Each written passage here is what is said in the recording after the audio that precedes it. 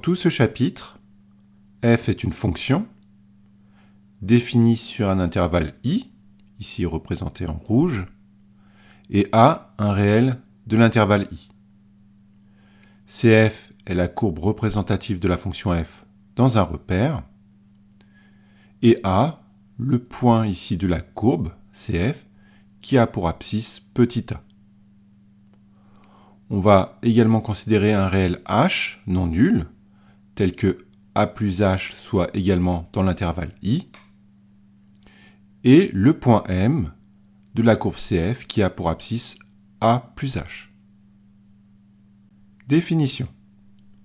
On dit qu'une fonction f est dérivable en un réel petit a lorsque le quotient f de a plus h moins f de a sur h tend vers un réel L lorsque h tend vers 0. Ce réel L est alors appelé nombre dérivé de la fonction f en a et se note f' de a.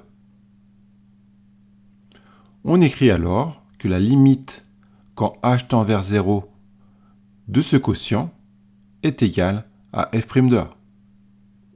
Remarque. Le quotient f de a plus h moins f de a sur h est appelé taux de variation ou taux d'accroissement de la fonction f entre les valeurs a et a plus h. Et graphiquement, ce taux de variation, c'est le coefficient directeur de la droite ici AM.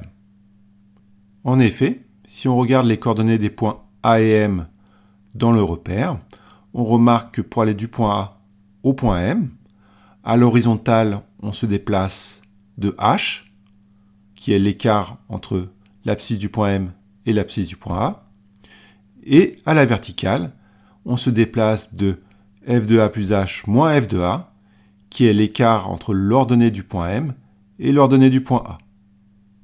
Le coefficient directeur de la droite AM est donc égal à ym moins yk sur xm moins xa, c'est-à-dire plus simplement delta y sur delta x, et donc c'est bien égal ici au taux de variation de la fonction f entre a et a plus h. Exemple. Soit f, la fonction définie sur l'ensemble des réels R par f de x égale x carré plus 1, et cf, sa courbe représentative dans un repère orthogonal. Première question, complétez les tableaux de valeurs ci-dessous à l'aide de la calculatrice.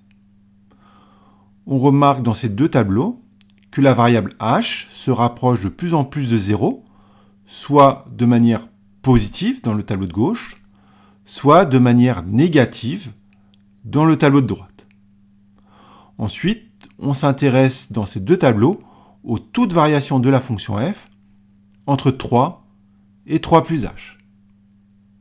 Graphiquement, cela revient donc à considérer un point A d'abscisse 3 sur la courbe f, un point M d'abscisse 3 plus h toujours sur la courbe f, et à s'intéresser au coefficient ici directeur de la droite AM. Que se passe-t-il pour ce coefficient directeur lorsque h tend vers 0? Pour compléter ces deux tableaux de valeurs, nous allons utiliser la calculatrice Numworks. On sélectionne le menu grapheur, on ajoute une fonction qui est la fonction f définie par x au carré plus 1. Ensuite, nous allons créer une fonction pour les taux de variation de la fonction f entre 3 et 3 plus h. Pour cela, on sélectionne ici g de x, on va modifier la lettre g, et mettre à la place la lettre t comme taux. Alors, ce taux de variation, c'est un quotient, donc j'appuie sur la touche diviser. Je vais chercher la fonction f en cliquant sur alpha f. Je mets 3 plus x à la place de 3 plus h, moins alpha f,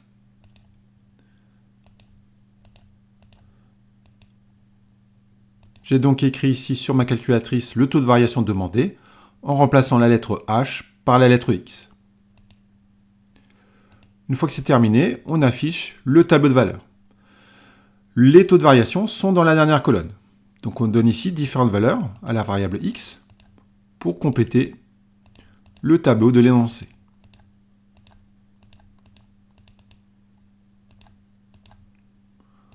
Ici, x se rapproche de 0 en restant positif.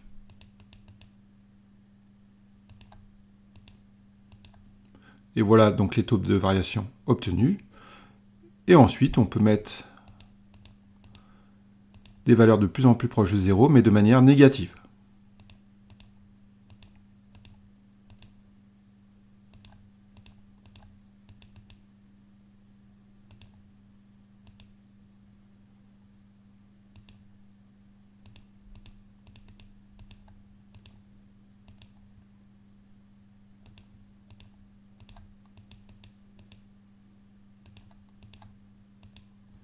Et voilà les différents taux de variation obtenus.